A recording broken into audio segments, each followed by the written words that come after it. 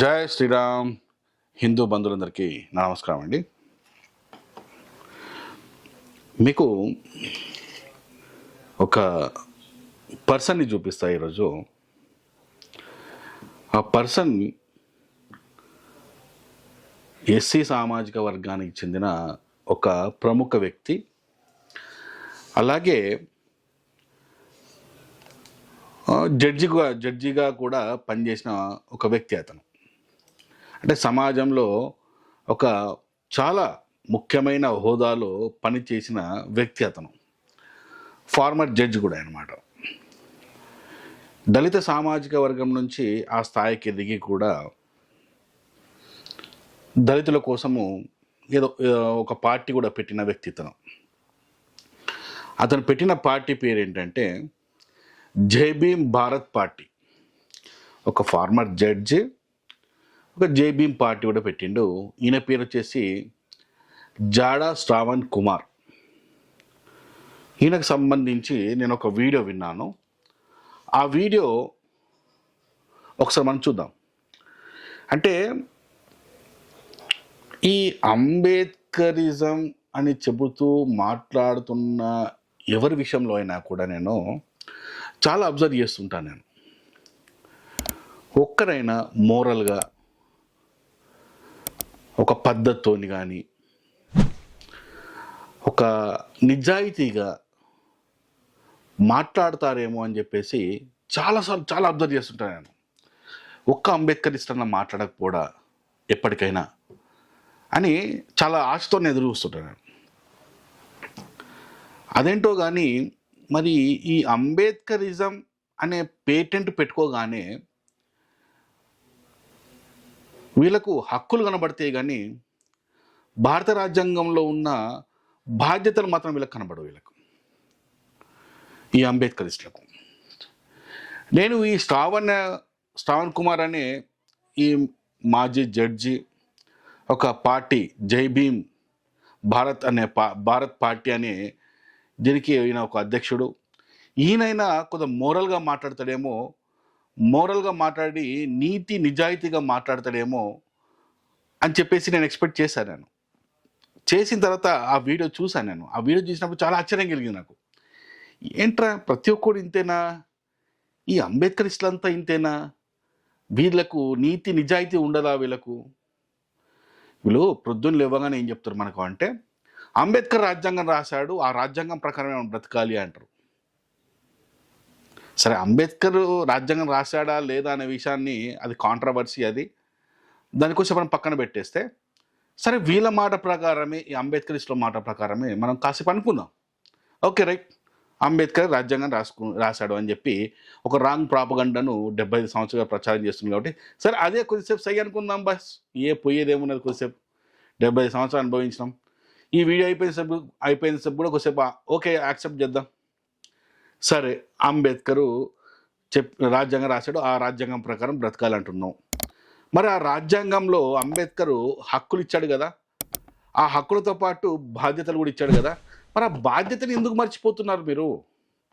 Mister Shravan Kumar గారు, ఎందుకంటే మీరు ఒక ఉన్నతమైన ఉద్యోగాన్ని చేశారు, జడ్జిగా చేశారు కాబట్టి మీకు గౌరవం ఇవ్వాలా, ఎందుకంటే ఇస్తే బాగుంటుంది కాబట్టి. శ్రావణ్ కుమార్ గారు, మీరు ఎందుకు అంటే ఒక నిజాయితీ లేకుండా మాట్లాడుతున్నారు అనేది నాకు అర్థం కాలేదు. ఒకసారి ఈ శ్రావణ్ కుమార్ మాట్లాడుతున్న మాటలు ఒకసారి చూద్దాం మనం. ఒకసారి ఈ వీడియో చూడండి ఒకసారి. మీకు నమ్మరు అలీం గారు, నేను కొన్ని వందల కేసులు చేస్తుంటాను. ఆర్టికల్ 25, 26 అనేది ఈ భారతదేశంలో రాజ్యాంగంలో ఏ వ్యక్తి అయినా ఎక్కడికైనా వెళ్ళి ఎవరినైనా పూజ చేసుకోవచ్చు. ఈ ముస్లిం కావాలనుకున్నా, నేను మసీదుకి రావాలనుకున్నా, మసీదులో కొన్ని ఫార్మాలిటీస్ ఉంటాయి, అవి పూర్తి చేస్తా, మసీదుకి వచ్చి ప్రార్థన చేసుకుంటా. మీరు క్రిస్టియన్ అవ్వాలనుకున్నారు, చర్చికి వస్తారు, ప్రార్థన చేసుకుంటారు. నేను రాముడు టెంపుల్కి వెళ్ళాలనుకున్నా, రాముడు టెంపుల్కి వెళ్తాం, రాముడి దగ్గర ప్రార్థన చేస్తాం. మత స్వేచ్ఛ ఉంది కదా, ఎవరినైనా పూజించుకోవచ్చు కదా. ఆర్టికల్ 25, 26 గురించి మన మాజీ జడ్జి గారు చెప్పారు, శ్రావణ్ కుమార్ గారు. ఓకే, ఎందుకంటే నా జడ్జిగా చేశారు కాబట్టి జనరల్గా ఆర్టికల్ 25, 26 గురించి కూడా నాకు బాగా అవగాహన ఉంటుంది. తను ఏం చెప్తుందంటే, ఎస్ మీరు చెప్పింది 100% కరెక్ట్ అండి, మత స్వేచ్ఛ ఉంది, ఆర్టికల్ 26 ఏం చెప్తున్నది, 25, 26లో ఏం చెప్తున్నారు అంటే, guaranteed the freedom to process, practice and propagate religion అని చెప్పి టు ఆల్ సిటిజన్స్. అంటే ఈ దేశంలో ఉన్న ప్రతి ఒక్క పౌరుడికి మతాన్ని, ఏ మతాన్నైనా ఆచరించవచ్చు, దాని గురించి ప్రచారం చేయొచ్చు, దాని గురించి అని చెప్పేసి ఏ మతాన్ని తీసుకోవచ్చు అని చెప్పేసి చాలా స్పష్టంగా చెప్తుంది 25, 26 ఆర్టికల్స్. మేము దాన్ని కాదనట్లేదండి, ఇది హక్కు. శ్రవణ్ కుమార్ గారు, ఎస్, మీరు హక్కు గురించి చాలా బాగా మాట్లాడారు. మేము చెప్పేది అంతే, మేము చెప్పేది కూడా అదే. ఎస్, మీరు హక్కు గురించి మాట్లాడతారు. ఇంత బాగా హక్కు గురించి చెప్పిన ఈ మాజీ జడ్జి అయిన శ్రవణ్ కుమార్, నెక్స్ట్ ఆయన వక్రబుద్ధిని ఏ విధంగా చూపిస్తాడో ఒకసారి చూడండి. ఆయన వక్రబుద్ధిని ఎలా చూపిస్తున్నాడు, ఆయన ఏ విధంగా మాట్లాడుతున్నాడు ఒకసారి చూడండి. ఒకసారి because of this bloody people, ఎవరు ఆ పీపుల్ అది కూడా ఆయన చెప్తాడు, ఒకసారి చూడండి. ఎంప్లాయీస్గా ఉన్నటువంటి ఎస్సీలు చర్చికి బయట కొంగు చోటున బైబిల్ పెట్టుకొని పెట్టుకొని వెళ్తున్న సందర్భాలు కొన్ని వేలు జరుగుతున్నాయి ఎవ్రీడే. ఎందుకో తెలుసా, చర్చికి వెళ్తున్నట్టు కనుక నువ్వు బైబిల్ పట్టుకొని కనపడితే ఫోటో తీస్తున్నారు, ఎంఆర్ఓ దగ్గర క్యాన్సిలేషన్ ఆఫ్ క్యాస్ట్ సర్టిఫికేట్ వేస్తున్నారు. ఆ రిజర్వేషన్లో పొందినటువంటి వ్యక్తి ఏమో భయపడిపోతున్నారు, కుటుంబం అంతా. ఇప్పుడు తిరుమల తిరుపతి దేవస్థానంలో ఆ కింద almost all SC ST employees అంతా అది జరుగుతుంది. శ్రావణ్ కుమార్ గారు, ఇప్పుడు మీ బాధ ఏంటండి నాకు అర్థం కాలే. ద బ్లడీ పీపుల్ ఎస్సీ వాళ్ళు చర్చికి వెళ్ళేటప్పుడు బయట చాటున బైబిల్ పెట్టుకొని పోతున్నారు, దాచుకొని పోతున్నారు అని వాళ్ళ హక్కుకు, వాళ్ళ స్వేచ్ఛకు, వాళ్ళ ఆ స్వేచ్ఛను దహించేస్తున్నారు అని చెప్పేసి అంటున్నారు అని మీరు బాధపడుతున్నారు. సార్, మీరు జడ్జి కదా, మీకు 1950 ప్రెసిడెంట్ రూల్ ఏం చెప్తుందో మీకు తెలుసా అండి? ఒక్కసారి నేను స్క్రీన్ మీద ఆ జీవన్ చూపిస్తున్నాను చూడండి, ఆర్డర్ని చూపిస్తున్నాను చూడండి ఒకసారి. 1950 ద గజెట్ ఆఫ్ ఇండియా, న్యూఢిల్లీలో మినిస్ట్రీ ఆఫ్ లా. ఇది ఎప్పుడు ఇచ్చారండి? ఇది ఫ్రైడే, ఆగస్ట్ 11, 1950. ఇంకా అంబేద్కర్ అప్పటికి బ్రతికే ఉన్నాడు.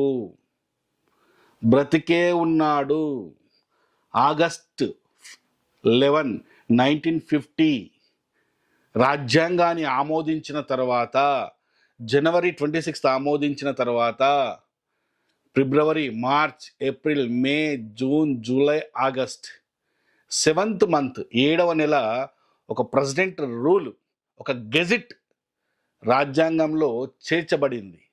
అప్పుడు అంబేద్కర్ కూడా బ్రతికే ఉన్న రోజుల్లో జరిగిన ఆ రాజ్యాంగంలో చేర్చబడిన ఒక గెజిట్, ఇది ఒక ఆర్డర్ అన్నమాట. ఇది చూడండి ఏం చెప్తున్నది order. Ministry of law, the following order made by the president is published for general information. The constitution schedule caste order 1950 దీని పేరు. ఇక్కడ ఏం చెప్తున్నానంటే, ఇక్కడ 2 పాయింట్లు ఉంటాయండి. ఇందులో 2 పాయింట్లు స్పష్టంగా ఉంటే ఏంటంటే, this order may be called the constitution schedule caste order 1950 అని దీనికి పేరు అనమాట. ఇందులో 3rd పాయింట్ ఏంటి అంటే, చాలా జాగ్రత్త వినండి. ఇది ఈ పాయింట్ వల్లే మన శ్రవణ్ కుమార్ గారు, ఈ పాయింట్ వల్లే, ఈ ఆర్డర్ వల్లే ద బ్లడీ పీపుల్ అని మీరు అన్నారు కదా, దళితులు అని చెప్పబడుతూ చర్చికి వెళ్తున్నారు చూడండి. ఎందుకు వాళ్ళు బయట చాటును దాచుకొని పోతున్నారు అంటే కారణం ఇదే అండి. ఆ కారణం ఏంటో మీకు ఒకసారి చదివి చెప్తాను చూడండి. No person who professes a religion different from Hinduism shall be deemed to be a member of a schedule caste. దీని అర్థం ఏంటంటే, ఎవరైతే షెడ్యూల్ క్యాస్ట్ అనేవాడు ఉన్నాడో వాడు హిందూ మతానికి సంబంధించిన వాడు. ఒకవేళ వీడు హిందూ మతం నుంచి వేరే మతాన్ని, ఏ మతాన్ని తీసుకున్నా అతను షెడ్యూల్ క్యాస్ట్కి చెందినవాడు కాదు. షెడ్యూల్ క్యాస్ట్ సంబంధించిన ఏ బెనిఫిట్ వానికి రాదు అని రాజ్యాంగం చెప్తుందండి. రాజ్యాంగం చెప్తుంది. మీరేమో బ్లేడీ అంటున్నారు, ఏదో అంటున్నారు, దొంగచాటుగా దాచుకొని పోతున్నారు అంటే దాచుకొని పోతున్నారు. ఇది మీరు పెట్టినదో ఆర్డరు, నేను పెట్టిందో, లేకుంటే ఎవరో మామూలు వ్యక్తి కోన్కిస్క గొట్టంగాలు పెట్టిన ఆర్డర్ కాదండి ఇది. ఆ రోజు ప్రెసిడెంట్ గారు పెట్టిన ఆర్డర్ ఇది. అందరూ కలిసి పార్లమెంట్లో డిసైడ్ చేసి పెట్టిన ఆర్డర్ అండి ఇది. ఎందుకంటే ఆ రోజు వాళ్ళు అప్పుడే గమనించిన వాళ్ళు రాజ్యాంగాన్ని ఇంప్లిమెంట్ చేయగానే వాళ్ళకి అర్థమైంది వీళ్ళు మత మార్పిడికి వెళ్ళిన తర్వాత వీడు మతం మారి వేరే మతంలోకి వెళ్ళిపోతే నిజమైన హిందూ మతంలో ఉన్న దళితుడికి అన్యాయం జరుగుతుంది. ఆ అన్యాయం జరగకుండా ఉండడానికి నిజమైన దళితుడికి మాత్రమే హక్కులు చెందాలి. ఒక హిందువుగా, ఒక ఎస్సీ కులానికి సంబంధించిన వాడిగా వానికి హక్కులు చెందాలి అన్న ఉద్దేశంతో వాళ్ళది పెట్టారండి. అది మీకేంటి సార్, ఆర్టికల్ 25, 26 కనబడ్డది, హక్కు కనబడ్డది, మరి బాధ్యత ఏంటి సార్? మరి ఎవడైతే ఎస్సీ అయి ఉండి హిందూ మతానికి సంబంధించి ఎస్సీ అన్నాడు, హిందూ మతానికి సంబంధించిన వాడు వేరే మతానికి వెళితే వాడు ఎస్సీ కాదు, హిందూ కాదు. సో హిందూ ఎస్సీ కానప్పుడు ఆ బెనిఫిట్స్ వాడికి రావు. మరి వాడికి ఎస్సీ క్యాస్ట్ తీసేస్తారు. ఇందులో వేరే వాళ్ళు చేస్తున్న అన్యాయం ఏంటండి? అంటే మీరేం చెప్తున్నారు? ఇప్పుడు ఒక ఫార్మర్ జడ్జిగా ఉండి మీరు దొంగతనంగా పోతున్నారు అని బాధపడే కంటే, అరే మీరు రాజ్యాంగం ప్రకారం బ్రతకండి. రాజ్యాంగంలో మత మార్పిడి మనం చేసుకున్నప్పుడు ఎస్సీలకు ఈ హక్కు మనకు రాదు, దాన్ని న్యాయంగా హిందూ మతంలో ఉన్న దళితులకు మాత్రమే చెందుతుంది అని చెప్పి ఎందుకు చెప్పలేకపోతున్నారు? మీరు ఎందుకు చెప్పలేకపోతున్నారు? చూడండి, ఇంకేం మాట్లాడుతున్నా ఒకసారి చూడండి. ఈ మండల గ్రామ కమిటీ కూడా ఆర్ఎస్ఎస్కి సంబంధించిన మండల గ్రామ committee this is working out now. ఇందులో ఆర్ఎస్ఎస్ ఏం చేసిందండి? ఆర్ఎస్ఎస్ మండల కమిటీలు ఈ కంప్లైంట్ ఇస్తున్నాయట. అయితే ఈ దళితులకు అన్యాయం జరుగుతుందట. శ్రవణ్ కుమార్ గారు, మీరు నిజంగా రిజర్వేషన్ ద్వారా జడ్జిగా వచ్చాదా, లేకుంటే మీ నాలెడ్జ్ ప్రకారం? నేను ఎంతసేపు నాలెడ్జ్ పర్సన్ అనుకున్నాను. నేను నాలెడ్జ్గా మీకున్న నాలెడ్జ్ ద్వారా మీకు జడ్జి పదవి వచ్చిందని నేను ఇప్పటిదాకా అనుకున్నాను. కానీ నాకు అర్థమైంది, ఈ మొక్క ద్వారా నాకు అర్థమవుతుంది ఏంటంటే, మీరు మాట్లాడేది ఆర్ఎస్ఎస్ వల్ల ఎంఆర్ఓ ఆఫీసు ఆర్ఎస్ఎస్ కంప్లైంట్ ఇస్తుంది కాబట్టి ఎంఆర్ఓ ఆఫీసు సర్టిఫికేట్ ఇస్తుందా? అసలు ఆర్ఎస్ఎస్కి ఈ సర్టిఫికేట్ ఇవ్వడానికి సంబంధం ఉందా? ఆర్ఎస్ఎస్ రూల్ చెప్తున్నది. ఆర్ఎస్ఎస్ఏ కాదు, నువ్వు కూడా రూల్ చెప్పాలా. ఎస్, నువ్వు మతం మారితే నువ్వు బీసీసీ తీసుకో అని చెప్పాలి. నువ్వేం చెప్తున్నావు అంటే, ఎవడైతే దొంగతనంగా అంటే మతం మారి కూడా హిందువుల హక్కులను దొంగతనంగా తీసుకొని, అంటే రాజ్యాంగాన్ని మోసం చేసి, సమాజాన్ని మోసం చేసి, ప్రభుత్వాన్ని మోసం చేసి, దేశ ప్రజలను మోసం చేసి, చీటర్స్గా చీటింగ్ చేస్తూ హిందూ హక్కులను అప్పన్నంగా తింటున్న ఈ దొంగలకు సపోర్ట్ ఇస్తూ వత్తాసు పలుకుతున్న మాజీ జడ్జి శ్రవణ్ కుమార్, ఈ చీటర్స్కి నువ్వు వత్తాసు పలుకుతున్నావా? ఈ దొంగలకు నువ్వు వత్తాసు పలుకుతున్నావా? ఏంటి ఇదేనా నువ్వు జడ్జిగా పనిచేసి సాధించిన నాలెడ్జ్? ఏంటయ్యా నువ్వు మిస్టర్ శ్రవణ్ కుమార్? దొంగను దొంగ అనకపోతే ఇంకేమంటారయ్యా? ఎస్, ఈ జీవో మంచి చూడండి. నా వీడియో చివర ఒక 10 నిమిషాలు ఈ జీవోను అలాగే పెడతాను. ఎవరైనా స్క్రీన్ షాట్స్ తీసుకోండి, కాపీలు కూడా తీసుకోండి. ఈ జీవో ఏ పోలీస్ స్టేషన్కైనా, ఏ ఎంఆర్ఓ ఆఫీస్ అయినా, పోలీస్ కానీ మన కంప్లైంట్ ఇచ్చినప్పుడు మతం మారిన క్రైస్తవుడు మీద, ఎస్సీ నుంచి క్రైస్తవుడుగా మారిన వాడి మీద కంప్లైంట్ ఇచ్చి ఈ జీవన్ ముందర పడేయండి. ఆ ఎస్ఐ కావచ్చు, కలెక్టర్ కావచ్చు, ఎంఆర్ఓ కావచ్చు, ఎవరైనా సరే ఈ జీవన్ ముందర పడేయండి. దెబ్బకు దడుచుకుంటాడు. ఎందుకంటే ఆ జీవోని ఇంప్లిమెంట్ చేయకపోతే, ఈ ఆర్డర్ని, ఈ రూల్ని, ఈ రాజ్యాంగంలో ఉన్న ఈ ఆర్డర్ని ఇంప్లిమెంట్ చేయకపోతే ఇమ్మీడియట్గా వాళ్ళకి పనిష్మెంట్ వస్తుంది. వాళ్ళకి ఆ గవర్నమెంట్ ఆఫీసర్కి పనిష్మెంట్ వస్తుంది. నువ్వు చెప్పాల్సింది ఇదయ్యా, న్యాయంగా బ్రతకమని చెప్పాలా. దొంగలకు, చీటర్స్కి నువ్వు సపోర్ట్ చేయడం ఏంది? ఇదేనా నీ జడ్జి చేసిన నువ్వు జడ్జిగా పనిచేసింది ఇదేనా? ఏంటయ్యా శ్రవణ్ కుమార్, నీకు తెలివి ఉందనుకున్నా ఇంతకాలం. నువ్వు ఇంత తెలివి తక్కువగా మాట్లాడతావు నేను అస్సలు ఎక్స్పెక్ట్ చేయలేను. నీ మీద కాస్త కూస్త గౌరవం ఉండే నాకు. ఈ ఒక్క వీడియోతోని దొంగలకు సపోర్టు, చీటర్స్కి సపోర్ట్ చేస్తున్న నిన్ను నిన్ను ఏమన్నా, అసలు నిన్ను ఏమనాలి కూడా నాకు అర్థమవుతలేదు. నాకు విపరీతంగా నేను తిట్టాలనుంది, కానీ నువ్వు చేసిన ఒక పదవి ఉన్న చూడు, జడ్జిగా పదవి చేసావు చూడు, ఆ పదవి మైండ్లో కనబడట్లా.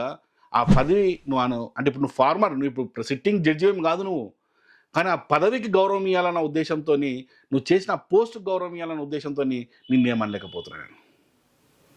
ఇప్పటికైనా సిగ్గు తెచ్చుకొని రాజ్యాంగం ప్రకారం బ్రతకమని చెప్పు నీ ఎస్సీ ప్రజలకి.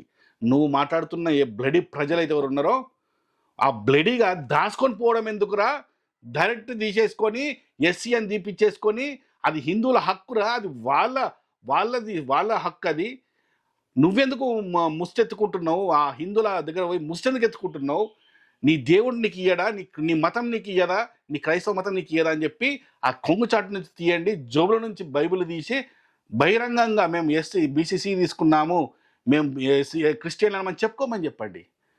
చర్చలనేమో క్రిస్టియన్, సమాజంలో హిందూ. సిగ్గు లేదు ఇలాంటి వాళ్ళకు నువ్వు సపోర్ట్ చేస్తున్నందుకు? శ్రవణ్ కుమార్, బుద్ధి తెచ్చుకో.